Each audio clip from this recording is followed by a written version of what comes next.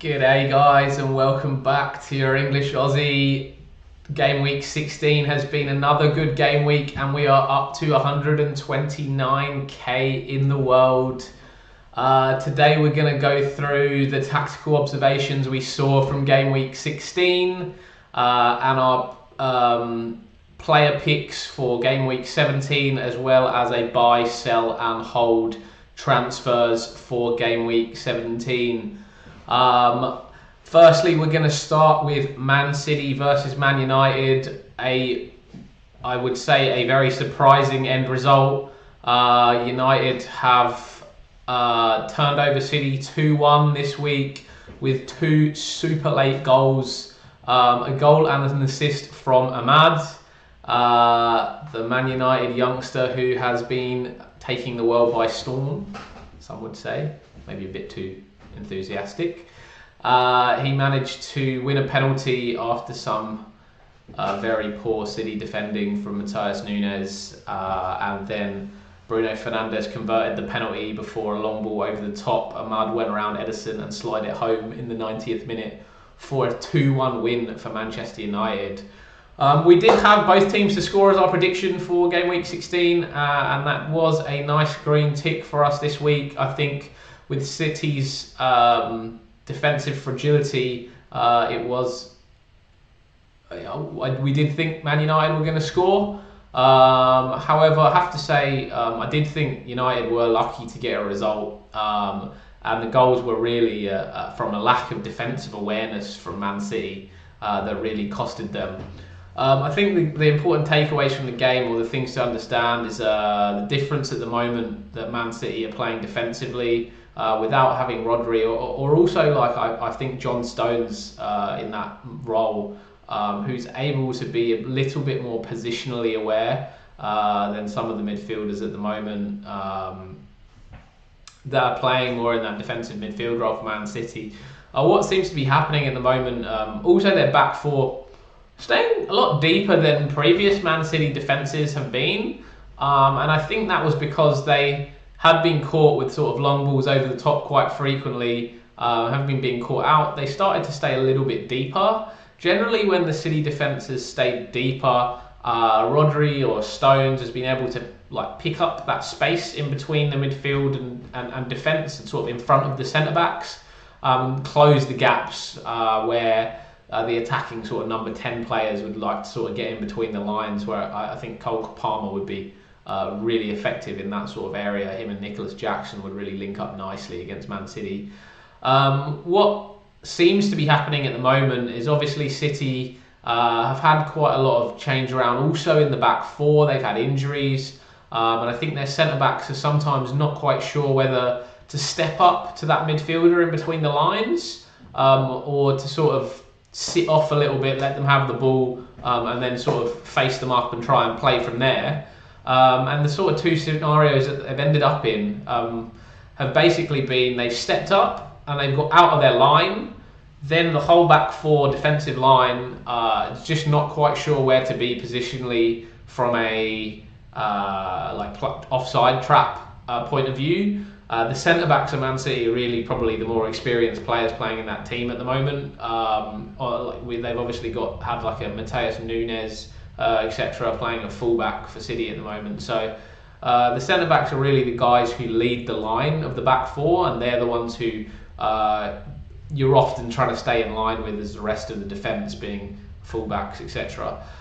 So when they step up, what happens is the sort of right back, left back has been tucking in a little bit narrower to sort of protect that space, and then there's been gaps out wide that teams have been exploiting, and then the opposite really has been happening is when they've been sitting off defensively, and then the number 10 has been able to pick up the ball, run at the defence, see everything that's in front of him, and they've really managed to cause City quite a few problems defensively because of this issue.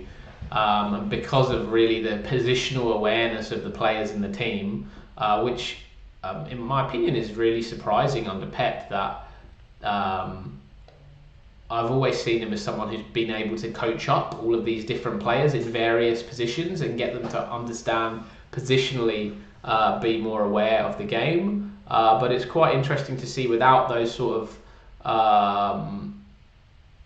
once the centre-back leaders are getting confused about where they need to be positionally, and it stems from them, the sort of leadership of the back four, everything starts to struggle, and that's obviously initially brought about by that sort of Rodri Stones not being in those spaces, closing the gaps, and making it difficult for the opposition number 10 to sort of pick up the ball in those spaces.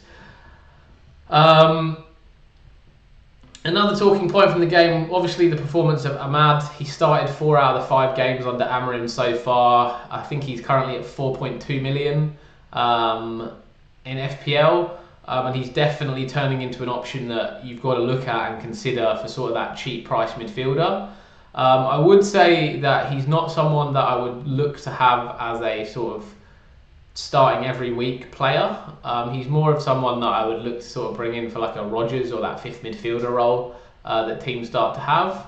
But he does give you the option, potentially, of playing 5 in midfield with Ahmad and playing 2 up front. And that sort of allows you to think about your forward line and whether, potentially in the future we look to go back to maybe a 3-5-2/4-4-2 game plan. And at the moment, the defenders haven't quite shown that in FPL. So I think for the time being, the sort of 3-4-3 with that sort of 5th midfielder as a bench is still the best option. But if some of these cheaper forwards, maybe like a João Pedro and a Wissa, and these guys start to stop performing, and the defenders start to be picking up points, then it might be time to switch sort of the strategy. So Ahmad is a nice person to keep in mind as an enabler. You could potentially bring him in for a Rodgers if that's what you want to do, or look to bring him in as a 4th midfielder and change your team structure and strategy.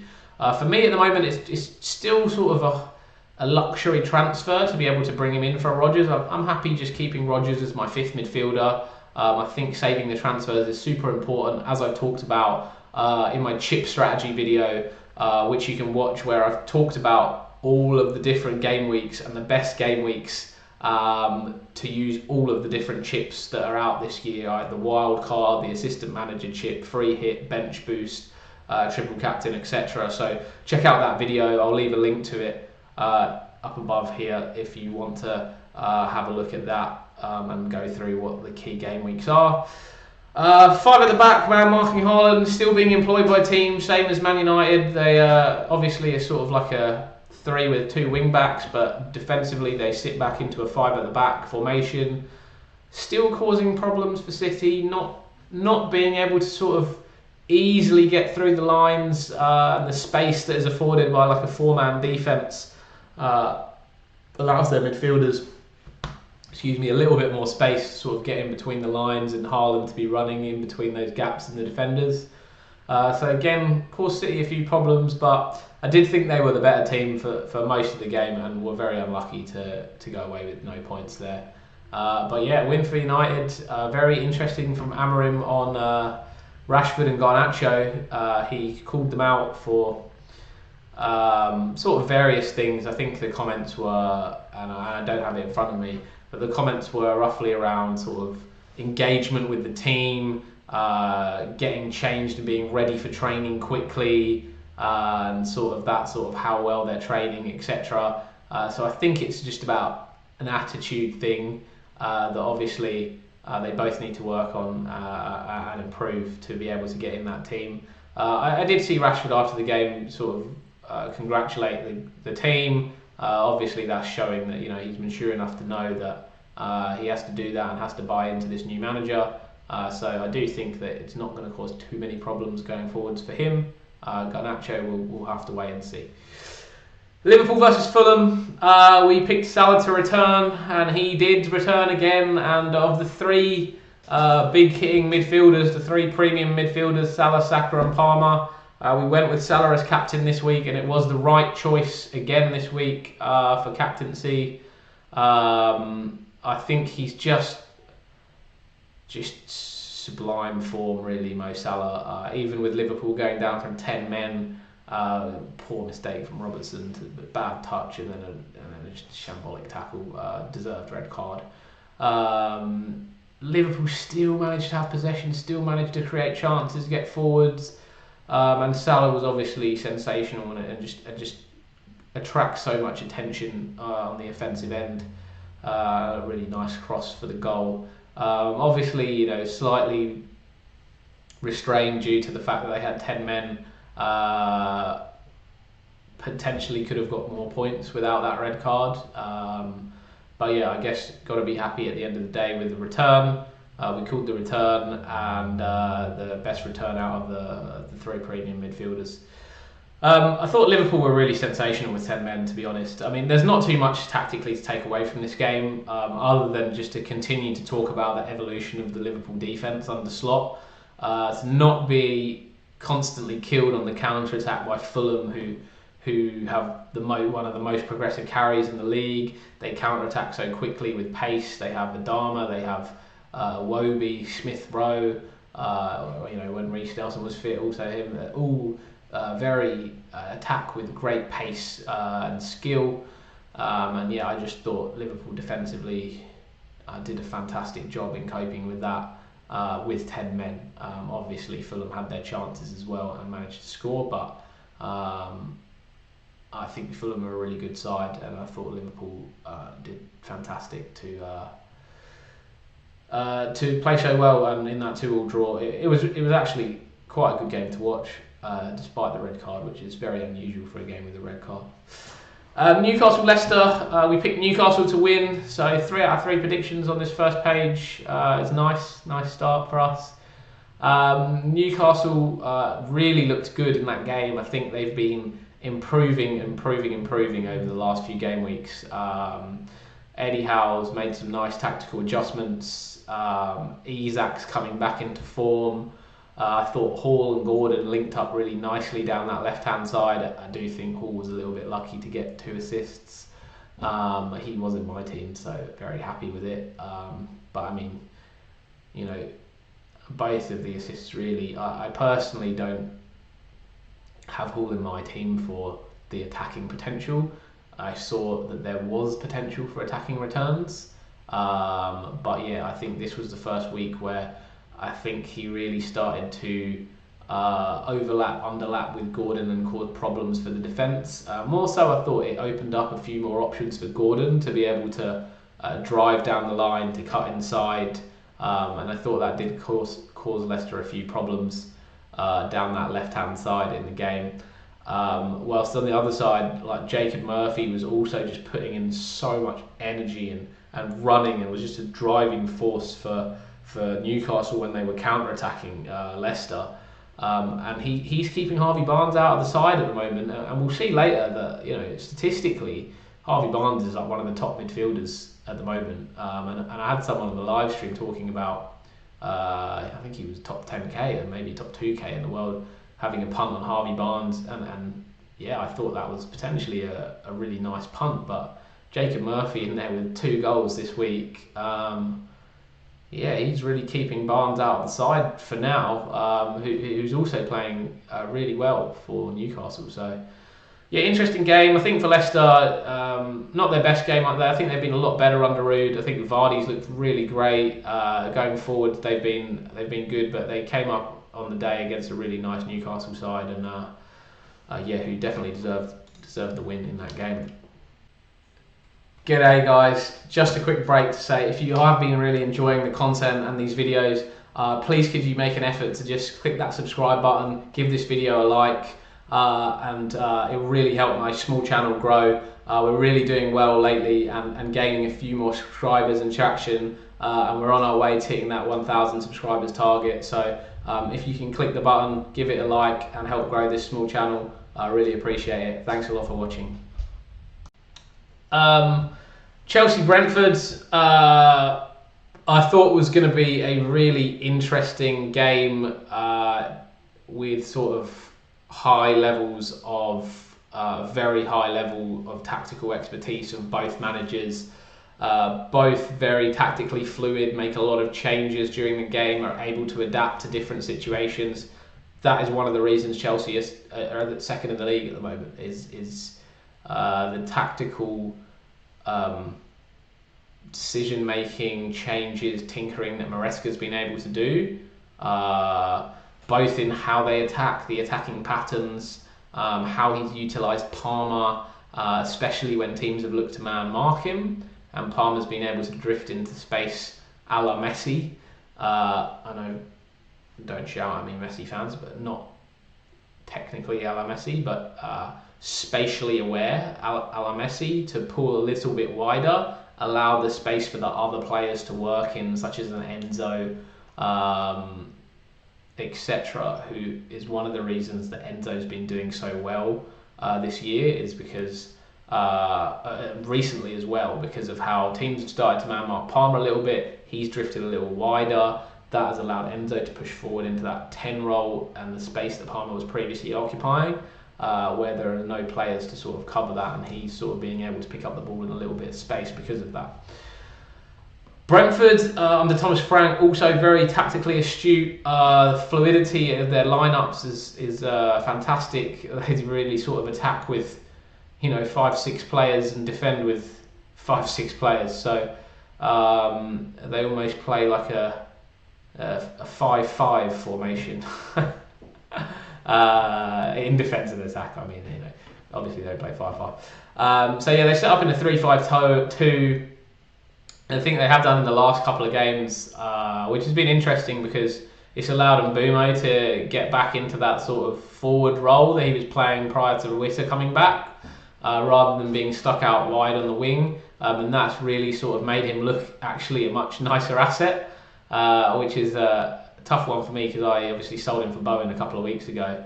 So it was probably down a few points for that, but yeah, it wasn't to know. There's sort of tactical changes from Thomas Frank, but I mean, realistically, that was what Brentford needed to do because he was becoming a little bit isolated on that right-hand side, and he hasn't been a key player for them this season. So to move into that sort of 3-5-2 with like wing-backs basically playing as wingers in that side, yeah, I thought has been quite tactically astute from Thomas Frank. That sort of three in the middle was to sort of blunt the Chelsea inversions from fullbacks and how they sort of really try to overrun teams in the midfield. I thought Brentford did a really good job of trying to stunt that a little bit. The game was a little bit less transition based, which was surprising. I guess I sort of expected both teams to play fast, fluid in transition, but it was actually a much more tactical, thought-out game. Both managers obviously seen the other team's strengths, and for example, that's why Brentford sort of had that three in the midfield, didn't allow Chelsea to sort of keep creating lots of chances and then work on breaking on them. Yeah, so I thought with Brentford, sort of their fullbacks essentially played super high up. I mean, Lewis Potter and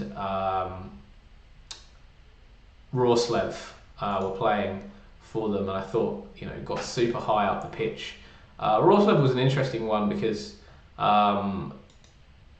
he hasn't played a lot in that sort of wing back role for Fulham, for Brentford. So I thought it was interesting that they started with him and Lewis Potter, but I thought they both played really well.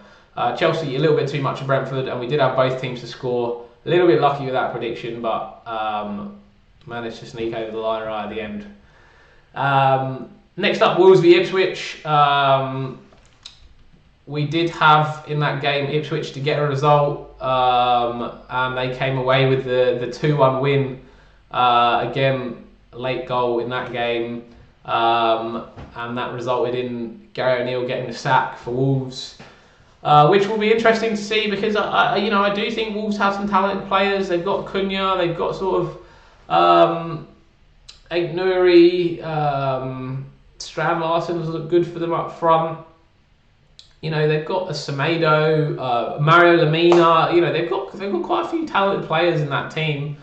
And it just seems like there was a lot of frustration you saw with obviously Lemina being stripped of the captaincy after sort of showing his frustration at the end of games. So maybe a new manager is exactly what they need to spice things up in that Wolves team, and maybe they will come back with a vengeance. Unfortunately, their game's turned now, and it becomes to be a lot more difficult after next week. So the new manager does have a tough job on his hands going forwards. I do think Ipswich is still a team to target defensively. I did think Wolves created some chances, and I just thought Ipswich just managed to get themselves over the line in the end. Brighton beat Palace. We did have João Pedro to return, which didn't happen. He's let us down again. But look, I think João Pedro is one of those players that are in your team as a price point pick. There's no one better at that price, really. The only exception to that is potentially a Jamie Vardy, who I think could be a really great pick as that sort of price point under Rude. He looks in great form, and yeah, although Leicester aren't the best team and getting great results, they're scoring goals against most teams. They're scoring goals. I know nothing against Newcastle this week, but it's a very rare game this year where Leicester haven't scored. In this game, you just see that maybe people have been a little bit too harsh on Crystal Palace recently. I know they're not looking in the greatest place in the league table, but since the beginning of the season, where they didn't start very well at all, they've actually unbeaten in their last 5 games. They've only lost 1 out of their last 8 games to Fulham, who also have been playing great this season. And they sort of starting to figure things out a little bit. Their attacking 3 trio, since Eze's been back the last couple of games, have started to sort of work it out a little bit. Mateta's got a bit better about holding the ball up. Sarr's been really making a lot more runs in behind, using his pace to exploit defences. It's been nice. It's sort of been not quite in the same way, but like the way that Palmer and Jackson have been linking up a little bit this year, where obviously Mateta can run in behind, but he's also able to pull into the build-up play and let Sarr run in behind as well, which keeps the centre-backs sort of guessing a little bit whether they need to go with Mateta or sort of stay in their positional shape, which, as we talked about in the Man City game, can cause a lot of problems for defences when their centre-backs get pulled out of position.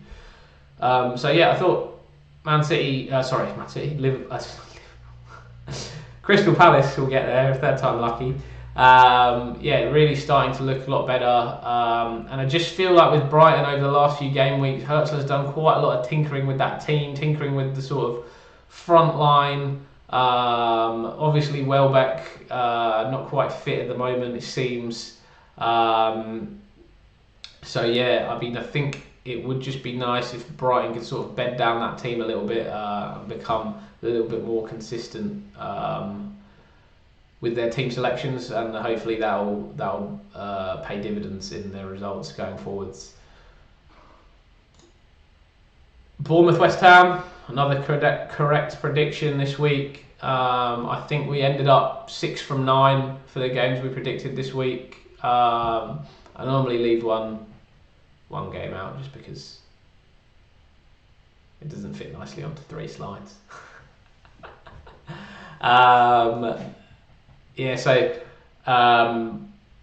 Both teams to score. We had again. I thought, to be honest, this game didn't really play out how I thought it would.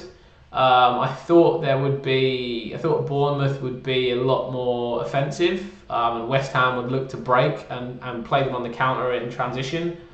I think if it was the other way, West Ham struggle defensively in transition. So they sort of tried to set up a little bit, I thought they would set up a little bit more defensively, which they did.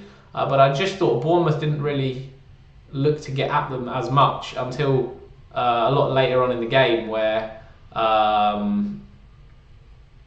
obviously during that time West Ham were trying to counter and then managed to get a goal with a handball, which, really the Premier League was saying that they wouldn't give those sort of handballs this year. At the beginning of the season, they told defenders to not defend with their hands behind their backs, which they've been doing in previous seasons. You know, Mourinho was a big believer in people coming in and you know, doing that to not get the handballs. But you know, first one that's happened, hands up here.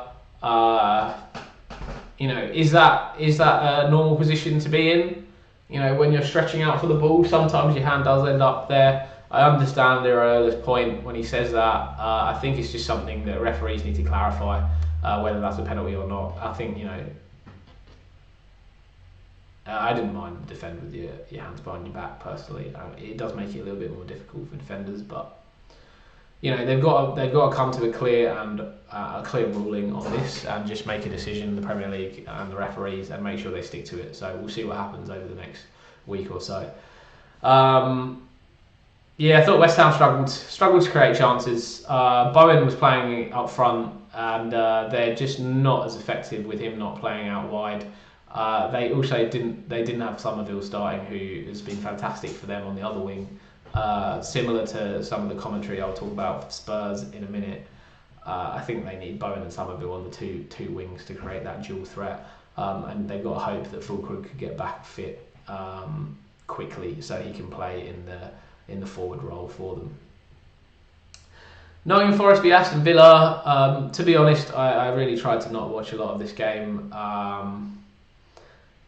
I think Forest are a great team. I do enjoy watching them play.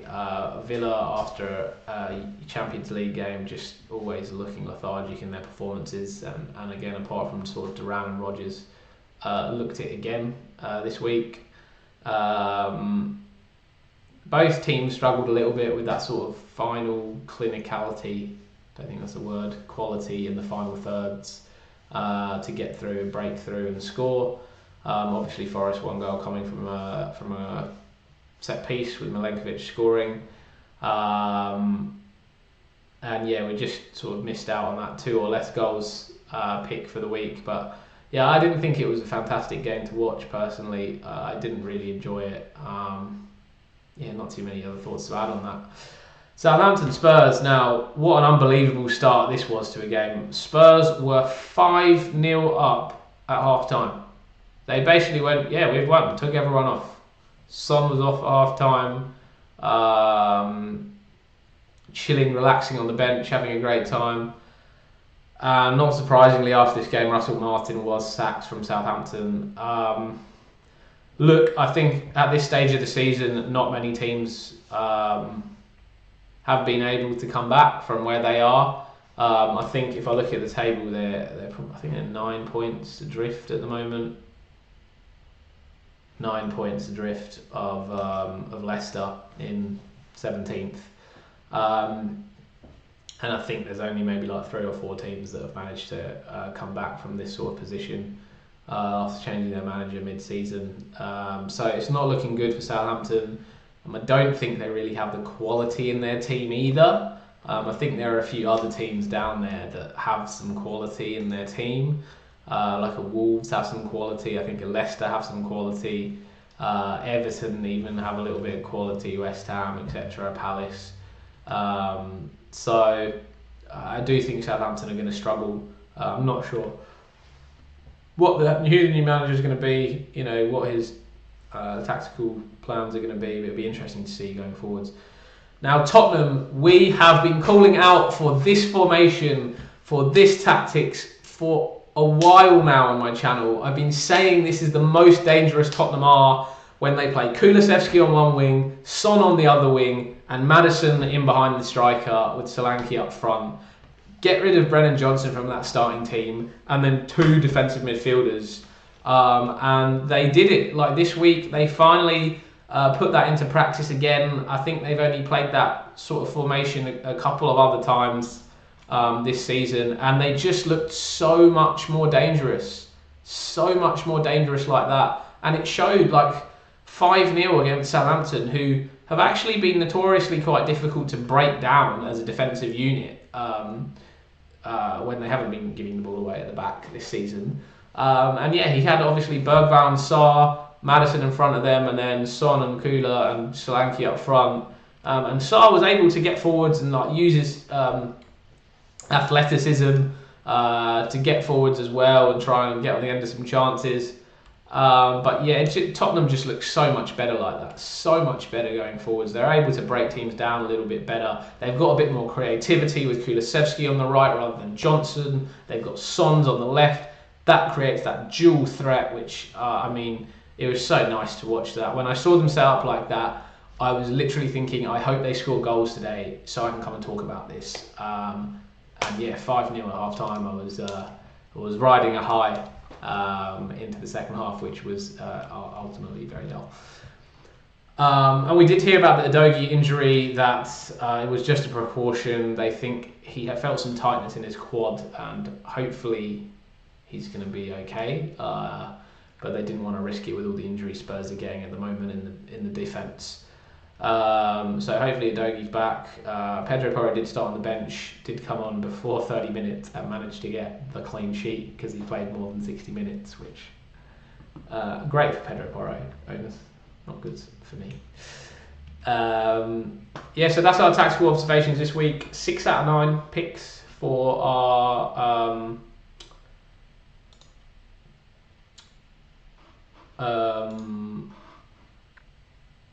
for our team game week 16 predictions. Tongue-tied myself. And then we're going to go on to the statistical analysis, which will be followed by our buy, sell, and hold transfer plans for 17, or thoughts for 17. First up, I have not changed my opinion, as I spoke about on the deadline stream and in midweek, that Trent is a sell, is a do not buy, is an avoid. Stay away from him. The only time I would think about getting Trent in my team, I just wouldn't. I just wouldn't. I think if you're going to go for a Liverpool defender, Van Dijk is a better option. If we get a bit more news about when Konate is going to be back, Joe Gomez could be a better option. And when Konate does come back, Konate is going to be a better option. So to be honest, at the moment, like with that Robertson sending off as well, I would say over the next few weeks, if you're getting a Liverpool defender, I would go for Joe Gomez because he's going to play. I think maybe he'll have to play left back and Quansah at centre back, or he'll continue playing centre back with Van Dijk, and Quansah will slot in at left back. Either way, I sort of expect Gomez to be playing in those next 3 or so games. So yeah, for me, Trent, I've discussed it at length in the deadline stream this week. I have talked about it on previous videos. A brief recap I can give now, but price obviously can be better spent elsewhere. Midfielders, forwards scoring more points this year. For clean sheet potential, Liverpool have better defenders. Different system this year. Trent plays in under slot, then Klopp doesn't pick up the attacking positions. His XA is inflated based off some early season performances where he was picking up XA for sort of big chances that were created for like Diego Jota, for example, who missed some big chances.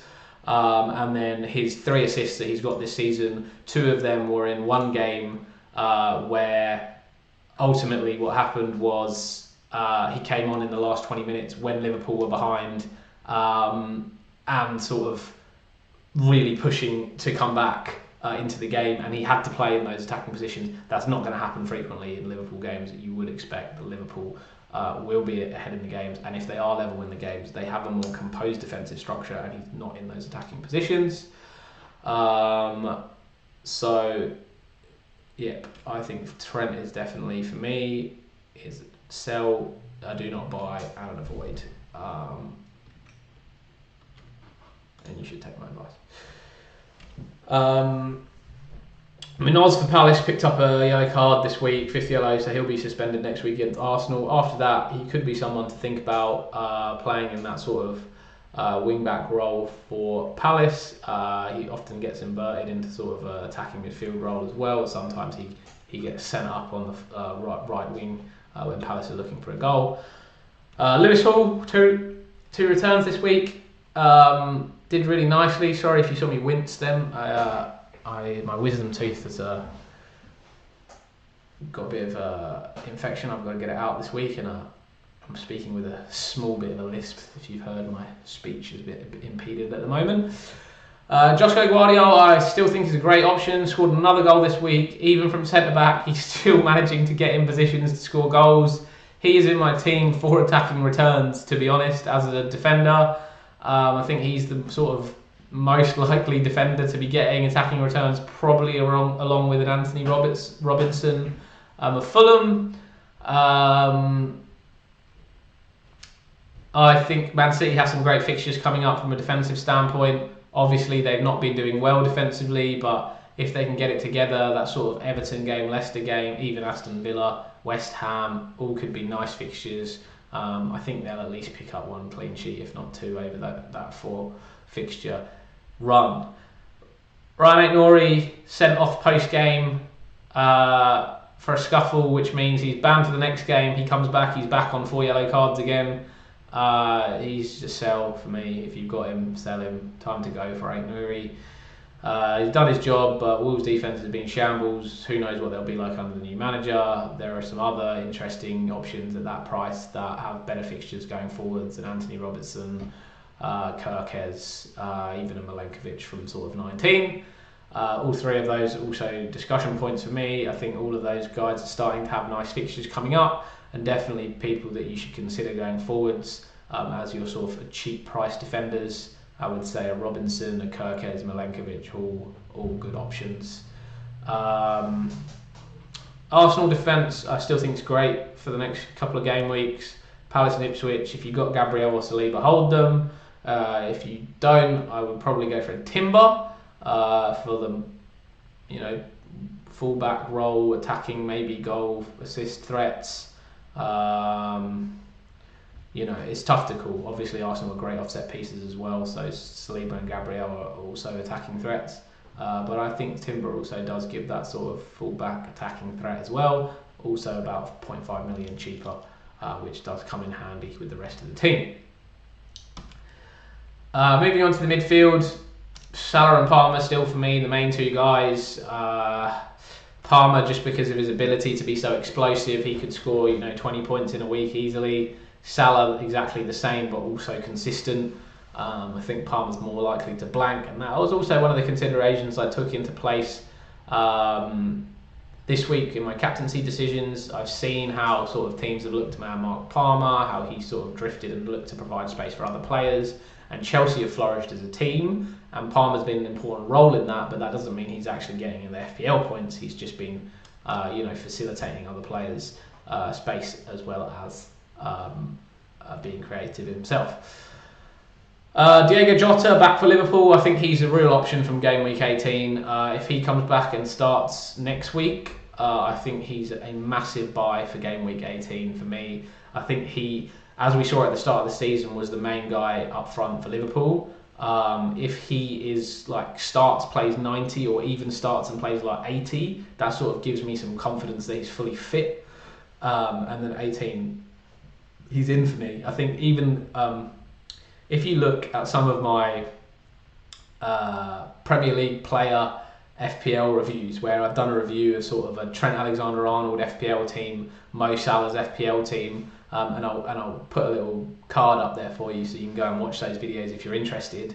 You can actually see that they have picked Diego Jota in their team and did not transfer him out when he was rested for a week, and did sort of get those returns until he got injured, obviously, in the season. So I think he could be really interesting, especially with Liverpool double game weeks on the horizon. I think he could be a nice option for a Liverpool second player.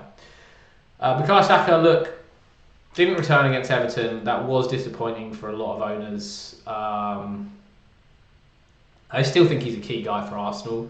I still think he's likely to tick over those points consistently. He's obviously got 5 goals and 10 assists so far this season. 15 returns, better than most other than Salah and Palmer. Arsenal still got some really nice games from an offensive standpoint. I expect Saka to continue to score points over the next 4 game weeks. I wouldn't look to get rid of him. There is an option to look toward to go to Haaland around 18-19. And if you are planning to do that, I would probably get rid of Saka over a Palmer or a Salah to fund that. But for me, I'm just not quite ready to see him go. I still think Arsenal play a lot through him, if not a little bit too much through him, which has sort of been stunting sort of the Martinelli Trossard on the left-hand side a little bit. But yeah, I think he's still a great player. At the price he's at, it's probably fine. Other interesting ones, James Maddison. I think now in that sort of 10 role for Spurs,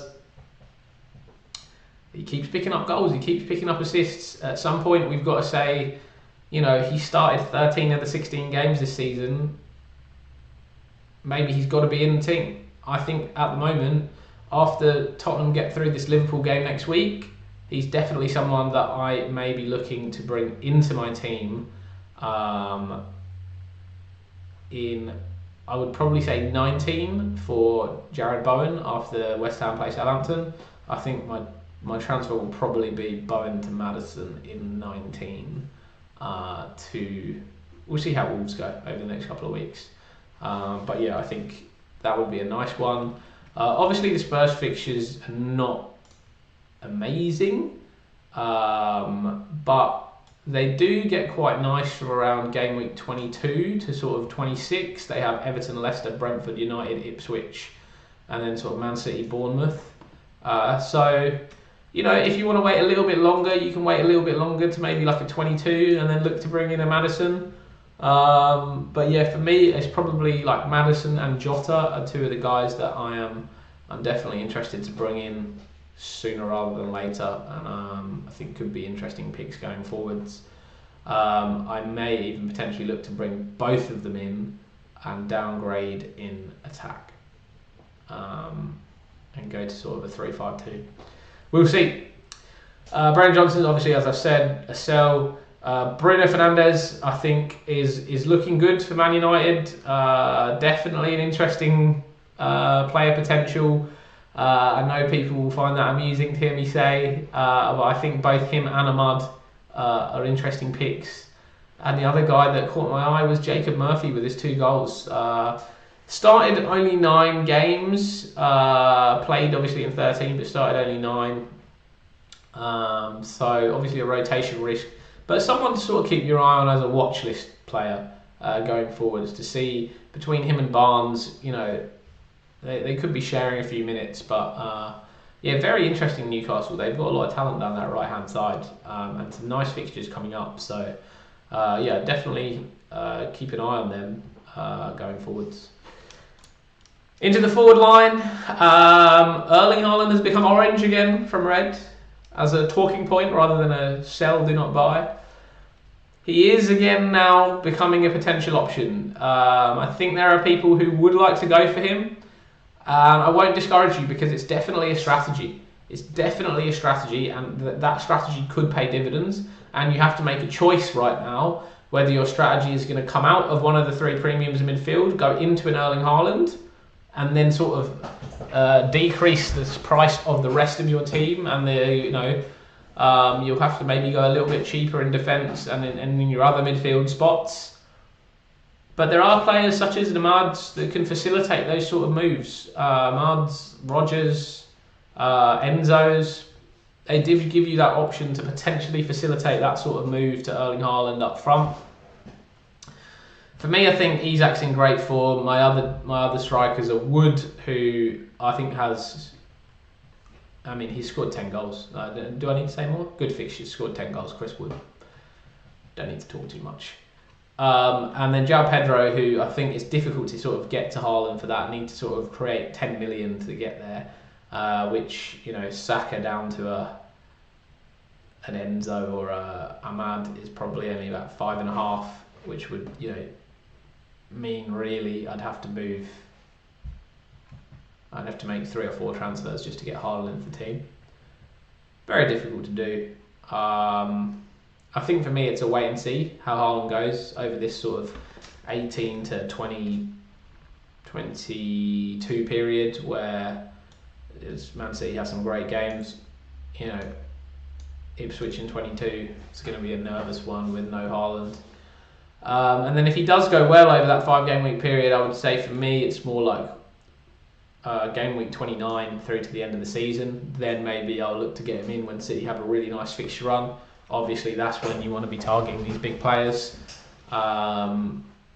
It could be good timing to sort of come into him and maybe even leave a Cole Palmer at that stage, who sort of finishes Chelsea's nice fixture swing in 28. Nicholas Jackson, still a great pick. Looking good, linking up well. Great fixtures for Chelsea. Him and Isak, probably my two main picks. After that, I would say Chris Woods, Wissa, João Pedro, Raul Jimenez, the next sort of line. Cunha for me is a hold at the moment, but I wouldn't buy him if you don't have him. Wolves' fixture run comes to an end after Leicester. Becomes a little bit more difficult after that. So, not a buy for me. Ollie Watkins is a sell. He's lost his starting spot. He had a little bit of a knock to Duran. But he's going to be a big minutes risk going forwards. You just don't really want that in your team at the moment. John Duran, I mean, again, sort of sharing that minutes with Watkins. And then Solanke for Tottenham. It's just difficult because he's just not the end product of the moves a lot of the time, or just doesn't quite manage to get there. But I don't think he's a bad pick, but I just think there are better picks at his price point, and I'd rather get a Jackson or a Isak, in my opinion. Jamie Vardy probably should have highlighted on here as well. I just think an interesting pick if you want to go for a budget forward option. You don't like the look of João Pedro. I'd definitely look at Jamie Vardy. I think, I know it says Liverpool, Man City, both red games at the moment, but Man City have not particularly defended great. Liverpool have got a lot of defensive injuries at the moment, so up against Jamie Vardy, not the easiest game for any defender. We'll see how that goes. And finally, guys, what a lot of you have asked for and said you really enjoyed last week is our buy, sell, HODL picks. And HODL, if you don't know, crypto trading is a bit of a play on words for a misspelling in the past when someone was talking about holding their Bitcoin assets long term and accidentally misspelled it as HODL. It is taken off in the crypto world. It also is amusingly referred to as holding on for dear life, which potentially can be used for somebody like Erling Haaland at the moment, who is in my HODL category. So, I mean, there's probably still a few of you holding on for dear life for Haaland, hoping for that 18 to 22 to be profitable. And I hope it is for you. Got my nice little badge, the English Aussie badge on the right there. I think that looks quite nice. Australian shirt, English flag, drinking a cup of tea, TEA, the English Aussie. Very artistic. Came up with that myself.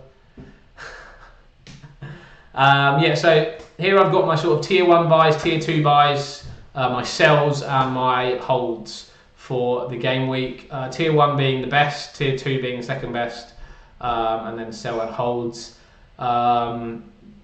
I think if you guys are keen and in the future, leave a comment below if you'd be interested in seeing a watch list as well, where I show the players who I'm looking at as potentials over the upcoming game week and what game weeks I'd be looking to get them in for.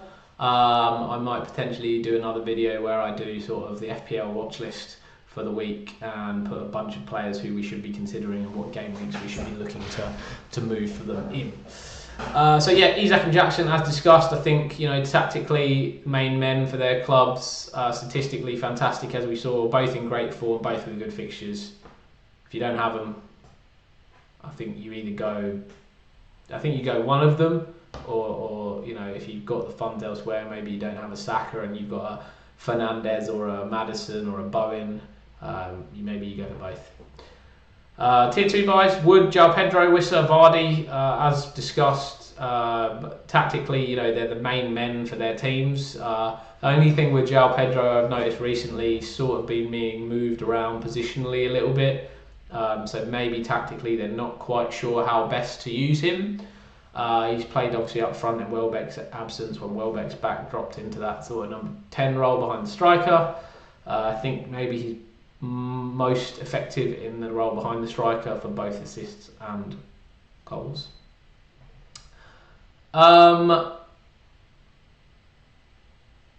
Watkins and Welbeck as sells. I think Watkins is a clear sell due to minutes issues.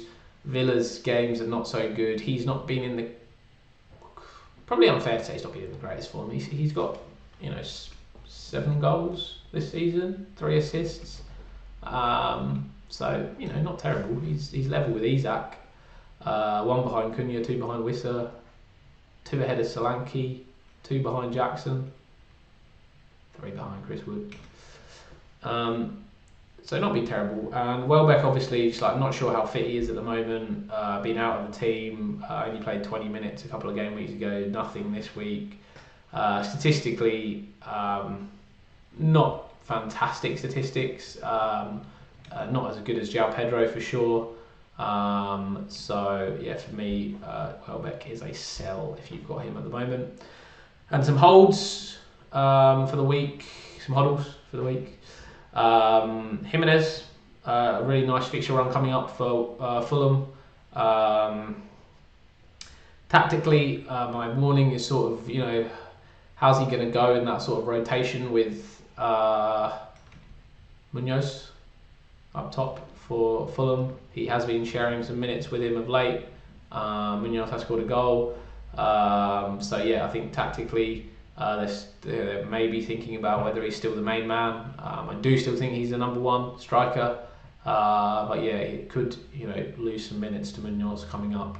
And I think you want your strikers to be playing as many minutes as possible at the moment, especially at the end of the matches where they can pick up a goal that A, wins the game and B, picks up the bonus points. So I think that's very important.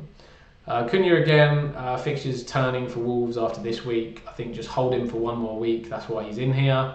And then after that, he's probably going to move into my sell part. Erling Haaland, we have discussed. For me, if you've got him right now, there's a reason that you've got him. Don't sell him. Villa next week, good fixture for him. And then after that, 5 good game weeks. So I think he could finally return next week. So yeah, for me, if you got Haaland, just keep him in your team. I would even consider buying him at this stage as a strategy decision if you're going to go for that structure without Saka with a Haaland. Yeah, I think then that is a play in FPL, and that might be better than the 3 premium play. It is a strategy that for me does work. It's not a strategy where I completely write off.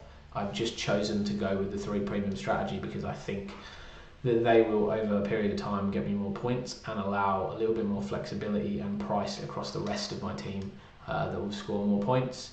But look, the Haaland strategy could also pay off dividends, so we'll see how it goes. Into midfield, the main 3, Salah, Palmer, Saka, tier 1 buys for me. I don't think anything needs to be said on that. Obvious picks, if you don't have, you'd look to get them in. We talked about the Saka-Haaland dynamic and whether you want to go with Haaland or Saka. Salah and Palmer are the top 2 options for me. Tier 2s, Ahmad, Maddison, Fernandes. I think, Ahmad's looked really nice for United.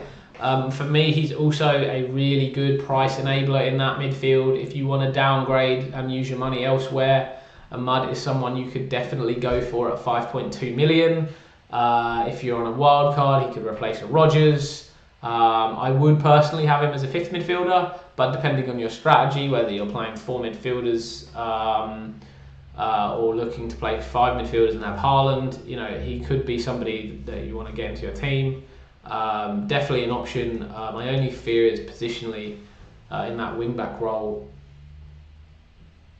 Will he continue getting into the positions? But I think it works for him because the fullbacks have almost picked up the inside forwards a little bit for Man United, and that's allowed Ahmad to sort of get past the midfielder and then be running directly at sort of fullbacks or running at midfielders who not as defensively solid, and he's been able to skip past them and then be at the defence, which is where he's his most dangerous running with the ball. Maddison, I think tactically, if he plays that number 10 role, if Cooley and Son play on either wing, he just looks just a different player. There's so much threat coming from both sides. He can arrive in the box really nicely from both sides of the pitch. Crosses come in. He's obviously on set pieces, on corners. There's a lot of different ways for him to get returns. I think he's probably my number 1 and number 2 target over the next few game weeks. When Spurs' fixtures pick up a little bit after Liverpool. Fernandes, similar to Ahmad, I think United have looked nice going forwards. Fernandes obviously on penalties, so always an option of sneaking a penalty like he did this week.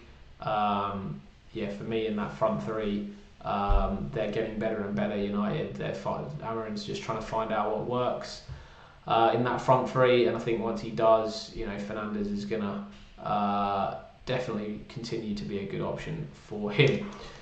Sells, Johnson and McNeil, probably self-evident. I've talked about Johnson a lot and why he's a sell, why he's positionally not very good. His returns have been on the counter-attack and breaking down low blocks. He is a very poor option. Almost zero expected assists, and that's tactically the case as well, not just statistically. You can see he just doesn't get involved in the build-up play at all. HODLs for the week, Jarrod Bowen, keep him for a couple more game weeks until they have Southampton, and Mbeumo. If you do have Mbeumo still and you haven't moved on Mbeumo, let me tell you that Mbeumo's next 4 fixtures are Forest, Brighton, Arsenal, Southampton. Nottingham Forest and Brighton, I don't think in the world, Nottingham Forest is not an easy. They've been doing well defensively, but conceded a few goals of late. Not the worst fixture in the world. Arsenal tough. Southampton is a nice fixture. Then Man City, Liverpool. But then again, they go back into a nice fixture run, which is Palace, Tottenham, West Ham, Leicester, Everton, Villa, Bournemouth. So there is a case for just holding Mbeumo indefinitely through to 29 if he continues to perform each week. So I wouldn't be in a rush over the next 2 weeks. I'd keep him, see how he goes, especially with Thomas Frank reverting back to that sort of 3-5-2 with him up front. I think he looks nice. Defenders, there's lots to talk about here. We have spoken quite a bit. I think tier 1s for me, Timber, Gvardiol, Robinson. Gvardiol and Robinson, biggest attacking threat for me out of all the defenders. Definitely would look to get them in if you're looking at expensive defenders or cheap defenders. Those would be my 2 guys. Timber for clean sheets for Arsenal plus attacking returns. I think Gabriel or Saliba is also a fine alternative option for Timber. For me, it's just 0.5 million cheap, 0.6 million cheaper, and I think similar goal threat. I'd struggle to say Gabriel has got more goal threat or Timber has got more goal/assist threat. I think playing as a fullback, you obviously have a little bit of extra link up with the game, but obviously Arsenal being fantastic for set pieces, Gabriel Saliba also good. So I think 50-50, I'd sort of go Timber just based off saving 0.6 million for minimal difference, in my opinion. It might just come down to luck who scores more points. Tier 2 boys, Milenkovic. I think Nottingham Forest have really nice fixtures coming up from game week 19, I believe. And Lewis Hall, obviously in a nice Newcastle fixture run, picked up 2 assists, slightly lucky this week. But again, I think he's actually now 4.5 million, so apologies for that if that is slightly incorrect. I didn't check, I just remember him at 4.4 from when I got him in, and he's actually at 4.6, so my apologies. I had a price rise. Trent sell, we talked about, not again. I'm sure someone will ask me in the comments or something, why should I sell Trent? And I will laugh to myself. So many people ask me in the deadline stream why I sell Trent, and I explained it 5 times in great detail. So if you haven't watched my deadline stream, give it a watch. A lot of good stuff in there, a lot of tactical analysis, a lot of discussions on players and and tactics and setups, etc. Pedro Porro, bit expensive as well, 5.6 million. Spurs defence don't keep any clean sheets. Bench this week, could be benched in the future. Doesn't really provide me with great enthusiasm going forwards. He often gets a little bit lucky with any returns he gets. Yeah, sometimes on set pieces, but not for me at 5.6 million. Especially on that right flank when Johnson's playing. It's very frustrating. HODLs. Gabriel. I mean, Gabriel could also be a buy. Tier 1 buy, really. Along with Timber. Again, up to you who you want to go for. Colwell, I think if you've got him, hold him. Chelsea's fixtures are nice. I know tactically he's not going to get you any attacking returns, really. Statistically, doesn't look like getting you any attacking returns. And obviously Chelsea's not been the greatest defence in the world, but at 4.6 million with some nice fixtures, I think if you do have him, I'd just hang on to him for now. I don't think there's any point in making that transfer. I think Everton is a team where you want to target for clean sheets, so hang on to him for that game. Then you've got Fulham and Ipswich. You probably keep him through there. Palace, Bournemouth, Wolves. I mean, see how they go. If they haven't kept any clean sheets at that point, get rid. I wouldn't buy if you don't have him, but a hold for me. If I was buying, again, on the left-hand side, Robinson, Milenkovic, Hall, that's what I'd be looking at. Same for Lewis, Man City, nice fixtures. Lewis is probably going to be playing. They don't have a lot of defenders. Nunes obviously made that big error this week. Poor back pass, then chopping down Ahmad. City's run of fixtures get really nice from 18 to 22, so... You know, 4.7 million, Man City defender, plays in attacking positions. Definitely someone to consider going forwards. And guys, if you've enjoyed the content so far, please like the video, subscribe to the channel. It's a small channel, still trying to grow. We've been growing quite a bit recently. It's been great. We're really picking up the viewership. Yeah, really been enjoying these videos with you guys. Great interaction in the live streams. So yeah, if you could hit that like button and remember to subscribe. Hopefully we can work our way up to 1K subscribers over the next, couple of months or so. Again, really appreciate all of you that watch these videos, to the end.